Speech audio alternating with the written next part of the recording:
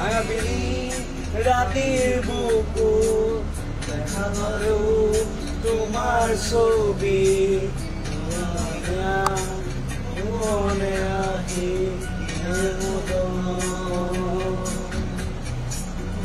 নিজের মোর হুকার মোর ইহরে সে সারুপা ইহর রোদরে রোদ উড়বে গুদি কুয়া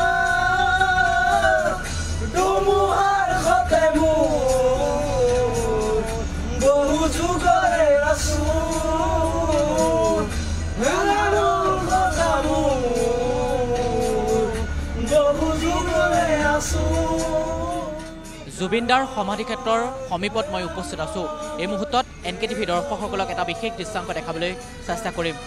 আপুনি যদি উজনি অসমলৈ যাব বিচাৰে, উজনি অসমলৈ যোৱা যিসমূহ নৈশ বাছ, সেইসমূহ নৈশ বাছ প্ৰায় এঘণ্টা আধা ঘণ্টা জুবিনদাৰ সমাধি ক্ষেত্ৰত ৰখোৱা হয়, যাতে উজনি অসমলৈ যোৱা এই যিসমূহ নৈশ বাছ, সেই নৈশ বাছৰ প্ৰতিগৰাকী লোকেই যাতে জুবিনদাৰ সমাধি ক্ষেত্ৰত যাতে তেওঁলোকে অকণমান দৰ্শন কৰিব পাৰে, তাৰে মই এখন নৈশ বাছত উপস্থিত আছোঁ। মোৰ সতীৰ্থ ভিডিঅ' জাৰ্নেলিষ্ট ৰাকেশ বৈশ্য আছে, দৰ্শকসকলক দেখাম।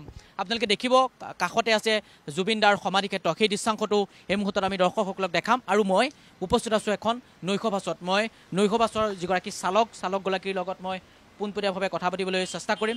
সমান্তৰালকৈ ইয়ালৈ নৈশ বাছত যাত্ৰা কৰা যিসকল লোক, সেই লোকসকলৰ লগতো মই কথা পাতিবলৈ চেষ্টা কৰিম। মই এখন নৈশ বাছত উপস্থিত আছোঁ। ইতিমধ্যে মই কৈছোঁৱেই যে জুবিনদাৰ সমাধি ক্ষেত্ৰলৈ অগণন লোকৰ আগমন ঘটিছে, বিভিন্ন প্ৰান্তৰ পৰা লোকসকল আহিছে। তাৰ মাজতেই নৈশ বাছ, যিসমূহ নৈশ বাছ উজনি অসমলৈ যোৱা হয়, অৰ্থাৎ যোৰহাট, নগাঁও, মাজুলী, শিৱসাগৰ, সেইসমূহ স্থানলৈ যোৱা প্ৰায়সমূহ নৈশ বাছেই কিন্তু এই মুহূৰ্তত জুবিনদাৰ সমাধি ক্ষেত্ৰৰ সন্মুখত ৰৈ যায়।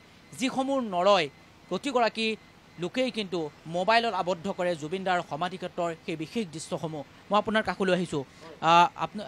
কেতিয়াৰ পৰা ৰখোৱা হৈছে জুবিনদাৰ সমাধি ক্ষেত্ৰত? প্ৰথম দিনাৰ পৰাই ৰখোৱা হৈছে? দিনাৰ পৰা প্ৰায় ৰখোৱাই হয়। পেচেঞ্জাৰবিলাকেও মানে বিচাৰে ৰখোৱাটো, আৰু আমাক কৈও পঠিয়ায়, মেনেজাৰেও মালিকেও কয় অকণমান সময় ৰখাবা, ৰাইজক দেখুৱাই নিবা। সকলোৱেতো দেখা নাই ধৰি লওক। আপোনালোকৰ বাছখন, আপোনালোকৰ ছুপাৰ ক'ত যোৱা হ'ব? আমি তিতাবৰ যাওঁ। হয়, গুৱাহাটী তিতাবৰ ডে নাইট চলে আমাৰ গাড়ী। হয়। কিমান সময় ৰখোৱা হয় ইয়াত? 10 মিনিট। হয়, 10 মিনিট যাতে সকলোৱে চাব পাৰে। হয়। অকণমান মই চকুকেইটা আপোনাৰ দেখিছোঁ, অকণমান আপুনিও আৱেগিক হৈ পৰে এইকণত আহিলে। হয়, এতিয়া বেয়া লাগে। এতিয়া কি ক'ব, এইবিলাক ঘটনা হৈ গৈছে। এতিয়া আমি দেখিছোঁ যে জুবিনদাৰ গানো বাজি যায় আপোনাৰ গাড়ীখনত। গান বাজে, গান লগাওঁৱেই মই। এতিয়াহে কৈ থৈছোঁ, প্ৰায় গান লগাওঁ। জুবিনৰ কাৰণে শুনো মই, জুবিনৰ কাৰণে শুনো। যেতিয়া আপুনি উজনি অসমলৈ যাত্ৰা কৰে, এই সোণাপুৰৰ এই স্থানটোত অকণমান বেছিকৈ আৱেগিক হোৱা যেন আমি দেখিবলৈ পাওঁ। হয়, অকণমান মানে এইডোখৰ মানে অট'মেটিক মোৰ গাড়ী শ্ল'ই হৈ যায় এইডোখৰত। মানে নৰলে মই এতিয়া মানে পাৰ হ'বলৈ মোৰ দিগদাৰ, এনেকুৱা নিচিনা। মানে পেচেঞ্জাৰ যদিও নামিবলৈ নিবিচাৰে, কেতিয়াবা অকণ ৰখাই পেলাই তেওঁলোকে ইয়াৰ পৰা আকৌ মানে চাই যায়, প্ৰায় চাই যায়। মই ৰখাওঁ ইয়াত। মই ভিতৰ ভাগলৈ কিছু লোক আছে, মই কথা পাতিবলৈ চেষ্টা কৰিম। তেওঁলোকে কিছু লোক আছে, তেওঁলোকৰ অসুবিধা হ'ব বুলি আমি বাহিৰতে আছোঁ। বিভিন্নগৰাকী আছে। আমি আন এগৰাকী ব্যক্তিৰ লগত কথা পাতিম। মই কৈছোঁৱেই যে উজনি অসমলৈ যোৱা প্ৰতিখন নাইট ছুপাৰেই কিন্তু এই মুহূৰ্তত ৰখোৱা হয়। অকণমান যদি আপুনি এইফালে আহে, অকণমান মোৰ সুবিধা হ'ব। আপুনি যোৰহাট যাব? হয়। জুবিনদাৰ সমাধি ক্ষেত্ৰত চাইছে? হয়, সেৱাই ভাগ কৰি আহিলোঁ। জুবিনদা আমাৰ মাজতো তেখেতক হেৰুৱাই আমি বহুত দুখিত। আমি অতি কম সময়তে তেখেতক হেৰুৱাই পালোঁ। আমি গানবোৰ যেতিয়া শুনো তেখেতক বহুত আৱেগিক হৈ পৰোঁ, তেখেতক বহুত মনত পৰে। এতিয়া আমি এইটোৱে কামনা কৰোঁ জুবিনদাৰে যে জাষ্টিছটো পাই আহে, উই ৱান্ট জাষ্টিছ ফৰ জুবিনদা। আপোনাৰ পৰিচয়টো? মোৰ নাম দীপাংকৰ শইকীয়া। মই যোৰহাটৰে হয়, মই ইয়াত গুৱাহাটীতে থাকোঁ। তো কেতিয়াবা ঘৰ যাওঁতে, এতিয়া এইবাৰ ফাৰ্ষ্ট আহিছোঁ জুবিনদা ঢুকোৱাৰ পিছত, তো দেখি বহুত বেয়া লাগে। মানে এইটো জুবিনদাৰ সমাধি সেইখন যেতিয়া দেখোঁ, জুবিনদাই যিটো বিষয়সমূহ চলি আছে, যে CIDৰ গোটেই বিষয়সমূহ তদন্ত অব্যাহত আছে, ইজনৰ পাছত সিজনকৈ মতা হৈছে, আপুনি ন্যায় বিচাৰিছে? মই ন্যায়টো বিচাৰিছোঁ। আপোনাৰ জুবিনদাৰ যেন ন্যায় পাওক, উই ৱান্ট জাষ্টিছ ফৰ জুবিনদা।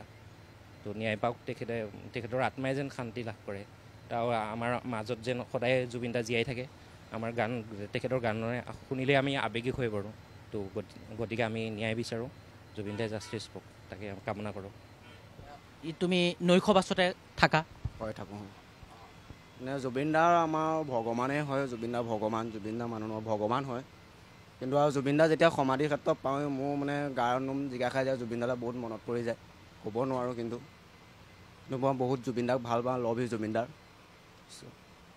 আপুনি মই ক'ব বিচাৰোঁ এটাই যে জুবিন দাই আমাক এটা কথা বুজাই থৈ গ'ল শিক্ষা দি থৈ গ'ল যে আমি হিন্দু মুছলমান নহয় আমি অসমীয়া আৰু আমি মানুহ সেই হিচাপে আমাক এটা শিক্ষা দি থৈ গ'ল আমি সকলোৱে মানুহ আমি ইজনে সিজনক সহায় কৰিব লাগে আমি আগবাঢ়ি যাব লাগে এই শিক্ষাটো জুবিন দাই আমাক দি থৈ গ'ল সকলোৰে মনত এই শিক্ষাটো চিৰকাল থাকে যেন মই এইটোকে কামনা কৰোঁ ধন্যবাদ ইতিমধ্যে মই দৰ্শকসকলক দেখাইছোঁ এইখন হৈছে এখন নৈশ বাছ উজনি অসমলৈ যোৱা আৰু দুগৰাকী লোক আছে মই অকণমান আপোনালোকে ইয়াতে যাব বিচাৰিছে সমাধিত গৈছে প্ৰতিখন প্ৰায়সমূহ নাইট ছুপাৰ ইয়াত ৰখোৱা হৈছে যিসকলে জুবিন দাৰ সমাধি ক্ষেত্ৰলৈ আহিব নোৱাৰে তেওঁলোকে যাতে অকণমান দৰ্শন কৰিব পাৰে কি ক'ব বিচাৰিব মই নমস্কাৰ মইতো ভাবিব নোৱাৰা এটা সপোন পূৰণ হৈছে বুলি ভাবিছোঁ মই বাছ ৰাখিব বুলি ভবাও নাছিলোঁ তথাপিতো যে এই সুবিধাকণ পালোঁ বহুত ভাল লাগিছে আৰু আমি জুবিন দাৰ বিষয়েনো কি ক'ম সকলোৱেতো ইতিমধ্যে গমেই পায় যিজনে